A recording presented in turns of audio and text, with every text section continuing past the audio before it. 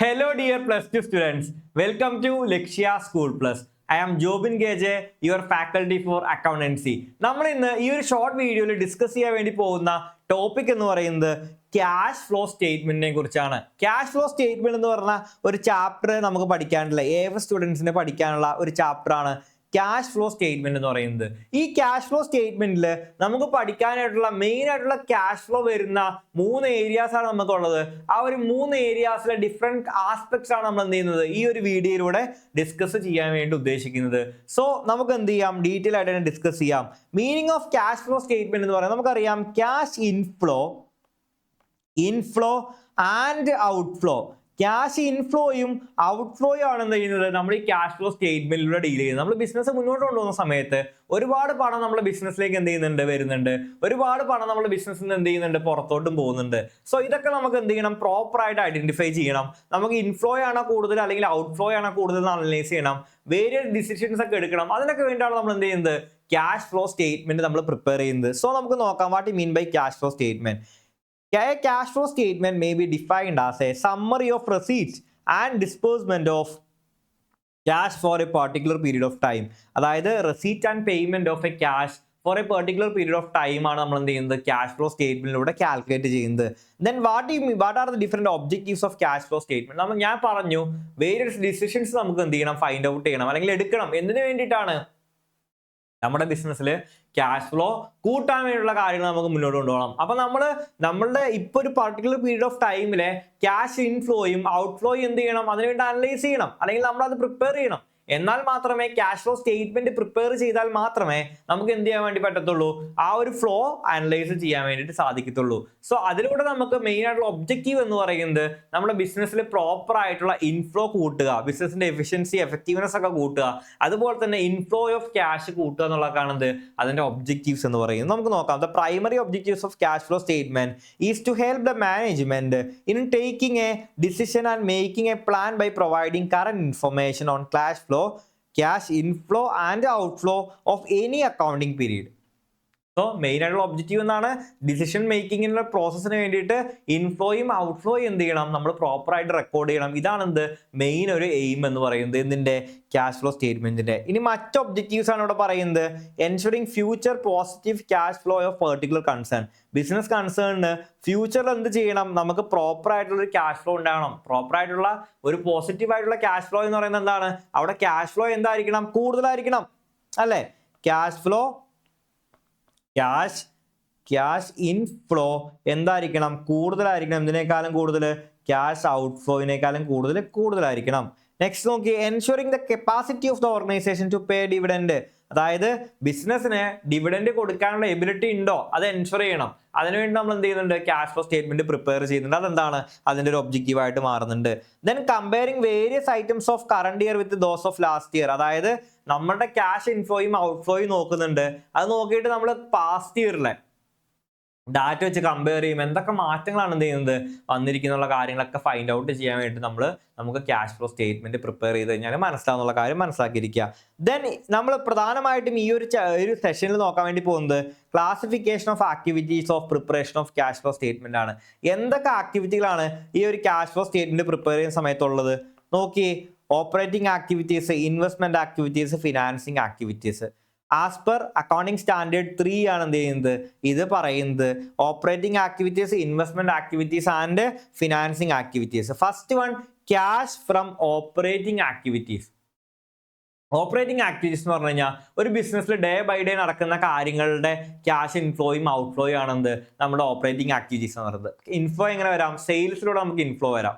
അപ്പൊ ഔട്ട്ഫ്ലോ എങ്ങനെ വരാം, purchase of goods, purchase of materials അല്ലെങ്കിൽ ലേബർ ചാർജസ്, അങ്ങനെയുള്ള ഒരുപാട് കാര്യങ്ങൾ എക്സ്പെൻസ് ഡേ ബൈ ഡേ വരുന്നുണ്ട്. അത് ഓപ്പറേറ്റിംഗ് എക്സ്പെൻസ് ആണ്. അപ്പോൾ അതെന്താണ് ക്യാഷ് ഇൻഫ്ലോ അല്ലെങ്കിൽ ക്യാഷ് ഫ്രം ഓപ്പറേറ്റിംഗ് ആക്ടിവിറ്റീസ് എന്നുള്ള കാര്യം എന്ത് ചെയ്യാൻ മനസ്സിലാക്കിയിരിക്കുക. അതിന്റെ എക്സ്പ്ലനേഷൻ നോക്കി. Operating activities are the activities that constitute the primary or main activities of an enterprise during the accounting period. Example, for a company manufacturing garments, തുണിത്തരങ്ങൾ, operating expense are procurement of raw materials, including manufacturing expense, sale of garments etcetera. ഇത്രയാണ് എന്ത് ചെയ്യുന്നത് നമ്മളുടെ ഈ ഒരു activities ആയിട്ട് വരുന്നത്.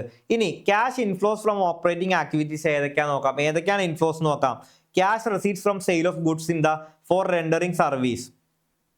Sale of goods or rendering service എന്താണ്? Cash inflow from operating activity ആണ്. അതുപോലെ royalties, cash receive from royalties, fees, commission on other revenues. Royalties എന്ന് പറയുന്നത് അപ്പോൾ നമ്മളുടെ ഇൻടാഞ്ചിബിൾ അസറ്റ് ആയിട്ടുള്ള പേറ്റന്റ് ഒക്കെ ഉപയോഗിച്ച് കഴിഞ്ഞാൽ നമുക്ക് എന്ത് ചെയ്യും, അതിന് ഫീസ് കിട്ടും, അതിനാണ് റോയൽറ്റി എന്ന് പറയുന്നത്. ദെൻ ഫീസും കമ്മീഷനും ഒക്കെ കിട്ടുന്നത്, അതർ റവന്യൂ കിട്ടുന്നത് എന്താണ്? Cash inflows from operating activity ആണ്. Then cash outflows from operating activity ഏതാണ്? നമ്മൾ ഗുഡ്സ് പർച്ചേസ് ചെയ്യുന്നത്, അതായത് cash payment supplies for goods and services.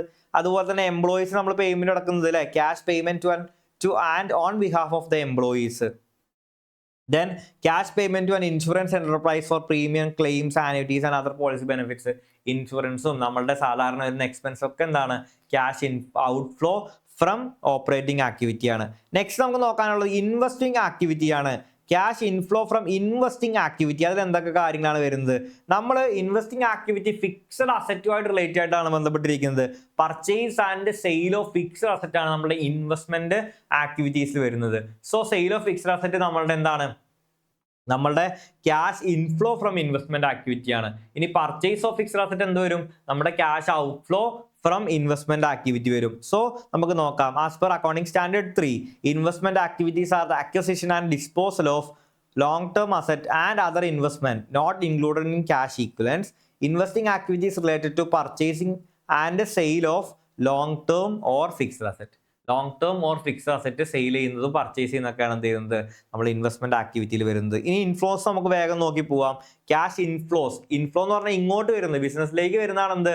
Inflow എന്ന് പറയുന്നത്.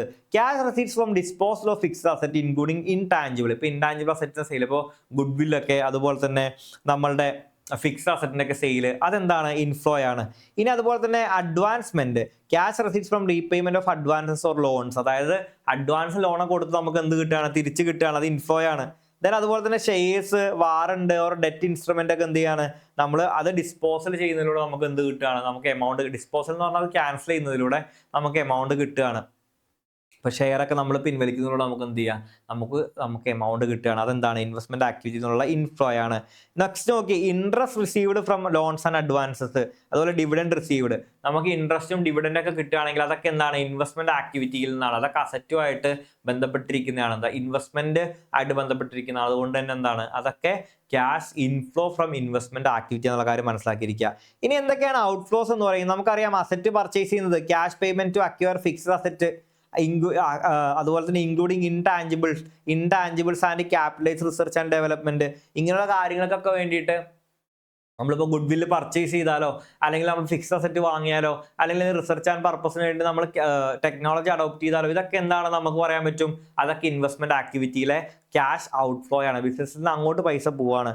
Then cash payment to acquire shares, warrant, debt instrument, അതിനൊക്കെ വേണ്ടി നമ്മൾ ക്യാഷ് കൊടുക്കുകയാണെന്നുണ്ടെങ്കിൽ അതും എന്താണ്? നമ്മുടെ ഇൻവെസ്റ്റ്മെന്റ് ആക്ടിവിറ്റിയിലെ ക്യാഷ് ഔട്ട്ഫ്ലോ ആണ്.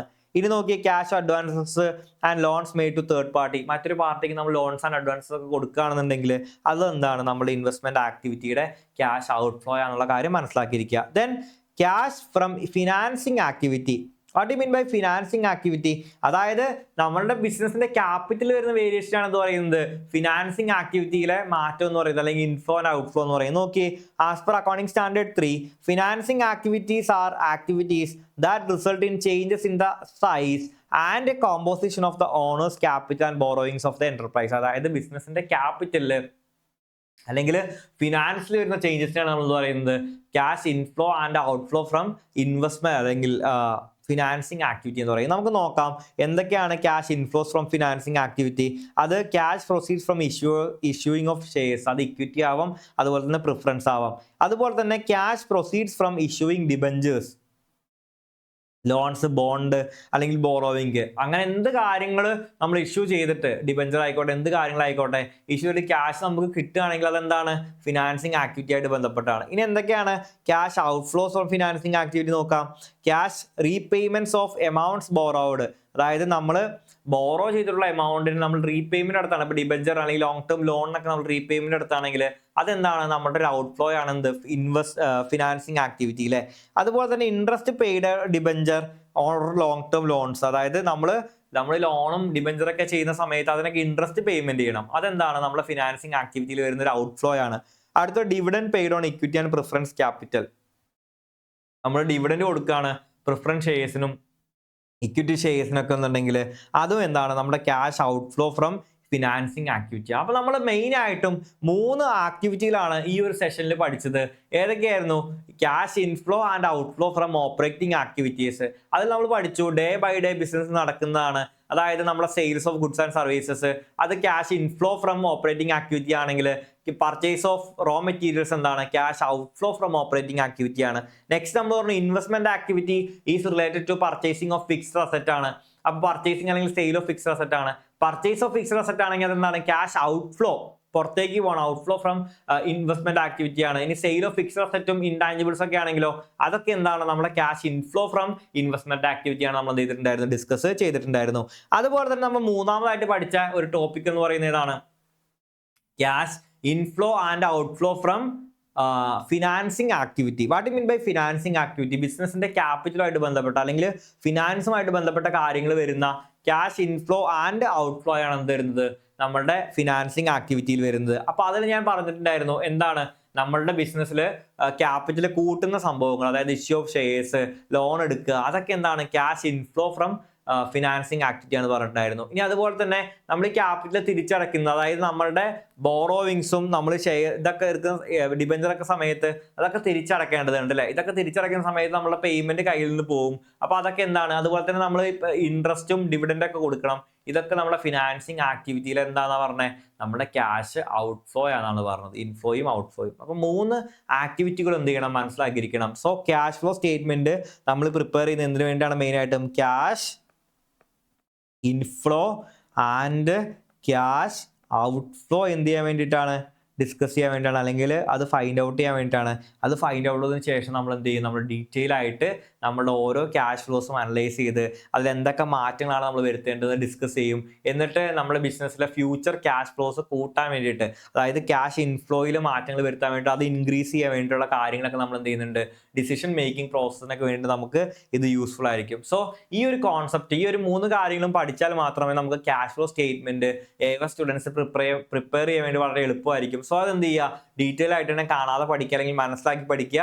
നന്നായിട്ട് തന്നെ എന്ത് ചെയ്യുക? നിങ്ങളുടെ സ്റ്റഡീസ് മുന്നോട്ട് പോകട്ടെ. നമ്മൾ ഇതിന്റെ പ്രോബ്ലം പേർപ്പേഴ്സ് ഒക്കെ ആയിട്ട് അല്ലെങ്കിൽ പ്രോബ്ലം ക്വസ്റ്റ്യൻസ് ഒക്കെ ആയിട്ട് നെക്സ്റ്റ് ലൈവ് സെഷനിലും റെക്കോർഡ് സെഷൻസിലൊക്കെ നമ്മൾ എന്ത് ചെയ്യും?